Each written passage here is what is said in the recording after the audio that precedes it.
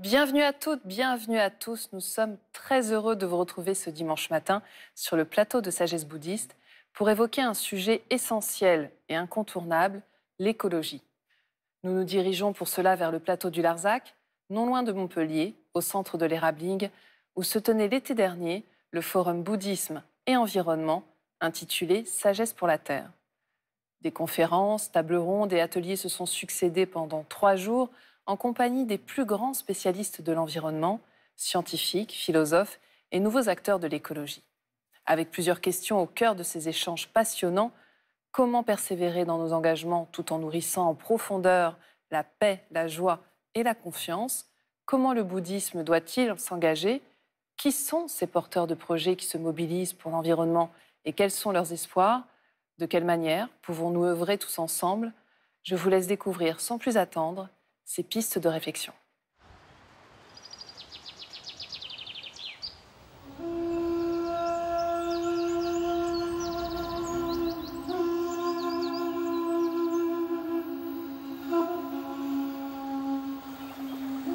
C'est ici, dans ce lieu d'une beauté saisissante, à 1 heure de Montpellier, que se trouve le temple tibétain de l'Érabling. Lieu de découverte, d'études et de pratique, c'est aussi un grand site de 140 hectares, riche en patrimoine naturel, dont la moitié est couverte par la forêt, aux abords du parc régional du Haut-Languedoc.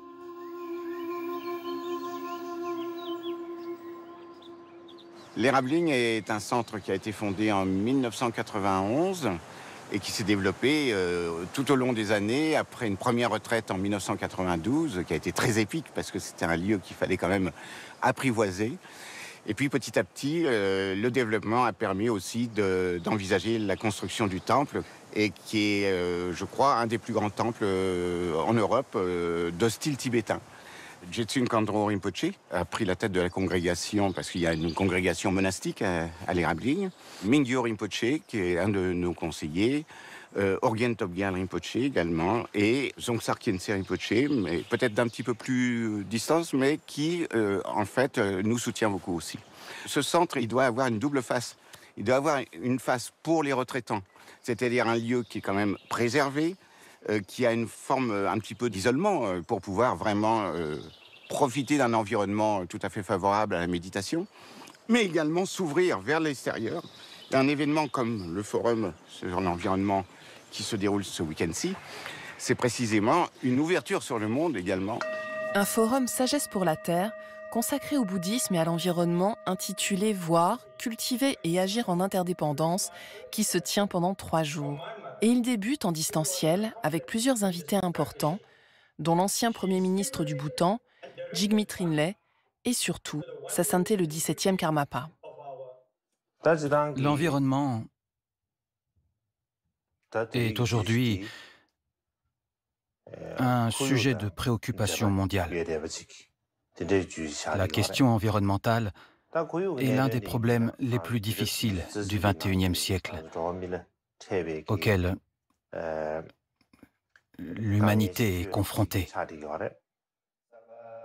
Des scientifiques, philosophes et activistes pour l'environnement se succèdent aux différentes tables rondes. Ces dernières sont suivies d'ateliers pratiques avec un seul objectif, sensibiliser les participants aux enjeux de l'interdépendance. Notre action est petite, infime, et parfois c'est quelque chose qui peut nous décourager ou peut-être même nous servir d'excuse pour ne pas agir. Et en fait, l'interdépendance, elle nous montre littéralement le contraire.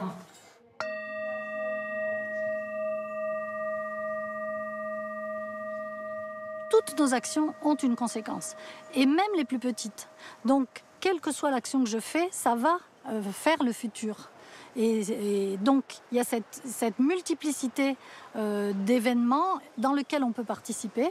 Et donc déjà, intellectuellement, se rendre compte de ça, ça peut aider à avoir le courage d'agir.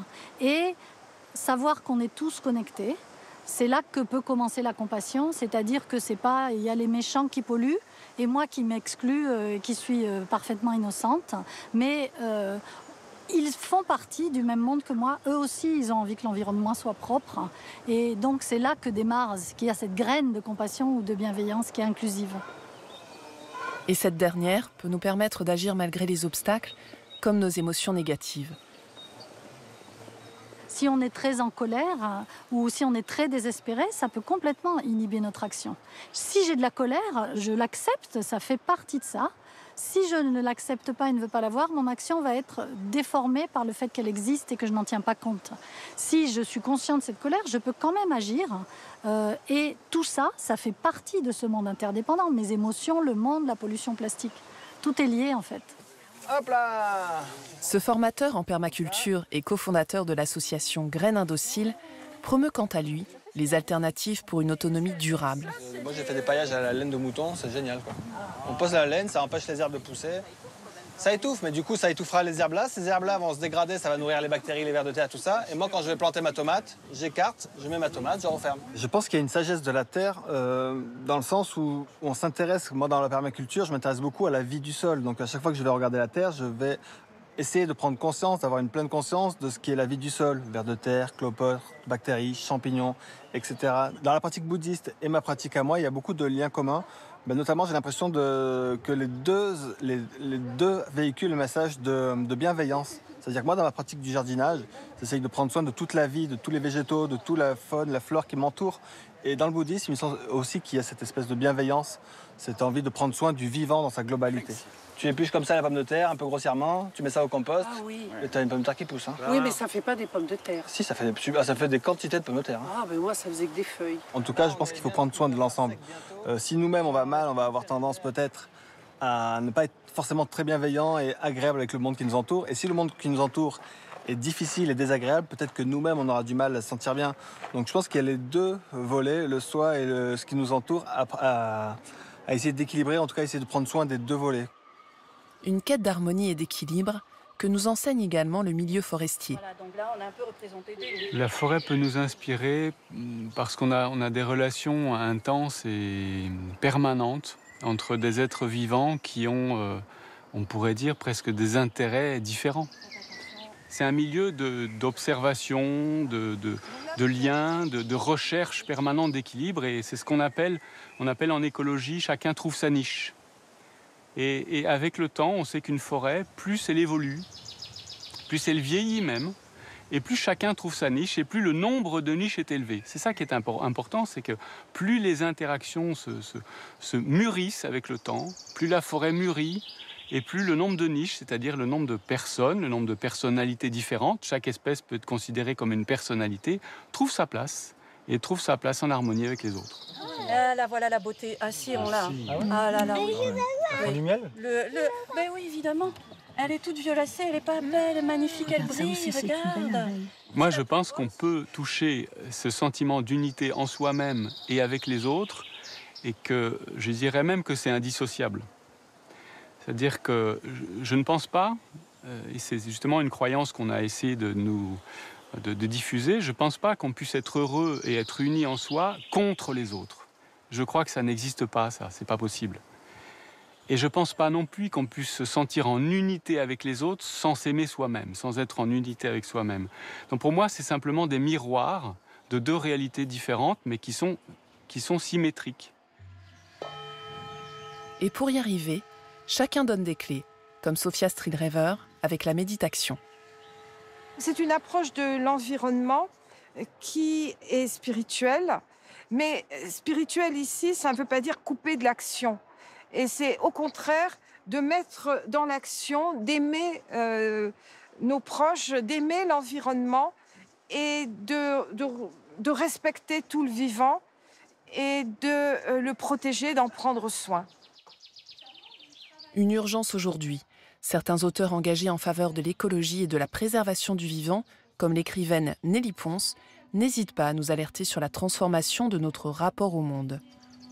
Il ne s'agit pas de se connecter, mais vraiment de se sentir appartenir à un règne qui est le règne animal au sein du vivant. Et là, l'approche, elle va être complètement différente. Tout va changer dans notre façon d'approcher l'altérité, d'approcher l'autre, que ce soit un être animal, un être végétal ou même un élément, pourquoi pas. Je fais un lien entre les catastrophes écologiques qui sont à l'œuvre, évidemment le changement climatique, l'effondrement de la biodiversité, les grandes pollutions. Donc cet épuisement du vivant que notre société, notre civilisation a généré de par sa surproduction, surconsommation, et aussi son rapport au vivant qui était biaisé. Et je fais le parallèle entre ça et la recrudescence de la souffrance individuelle, et notamment des burn-out, des bore-out, de la souffrance au travail, des dépressions qui s'installent, de cette espèce de perte de sens généralisée. Puisque nous avons perdu ce sentiment d'appartenance au vivant, nous avons du mal à sentir et à comprendre que finalement ce que nous faisons vivre aux écosystèmes, nous le faisons vivre à nous-mêmes. Il s'agit de l'épuisement du vivant dans son ensemble. Mais selon le maître tibétain Ringu Tulku Rinpoche, la sagesse bouddhiste et la sagesse environnementale peuvent se soutenir, se renforcer et se compléter afin de travailler ensemble pour la santé de notre Terre. Je pense que la première chose à comprendre, c'est cette interdépendance. Vous savez, l'environnement n'est pas une chose que l'on explore à l'extérieur, mais c'est quelque chose qui existe vraiment. Nous devons coexister de manière saine et équilibrée. Nous devons donc prendre en considération l'environnement, puis comprendre le problème, et ensuite voir ce que nous pouvons faire. Vous savez, la première chose à faire est de prendre conscience, parce que si nous ne comprenons pas le problème, nous ne pouvons pas le traiter.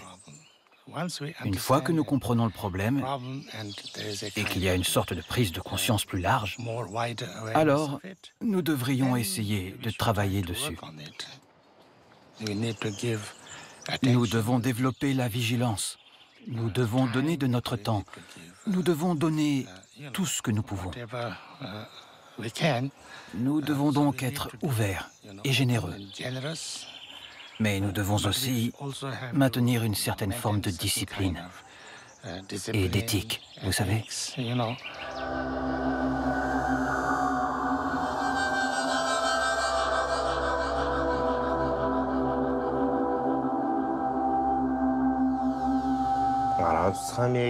Si chacun, à notre niveau, nous faisons ce que nous pouvons pour protéger l'environnement et que nous mettons en place petit à petit des actions,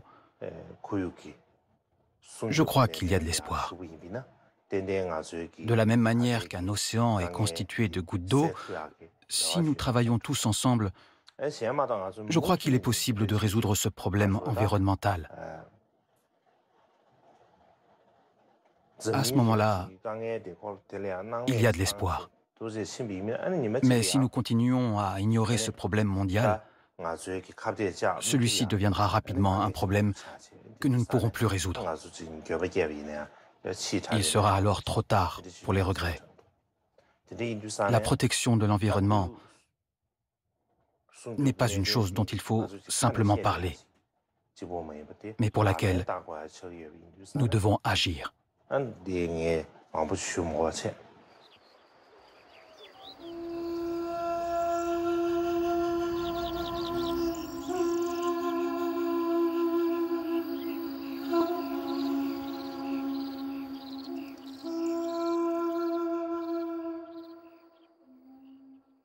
Nous nous quittons sur ces très belles images qui nous encouragent à prendre soin de notre environnement et à exercer cette sagesse pour la Terre.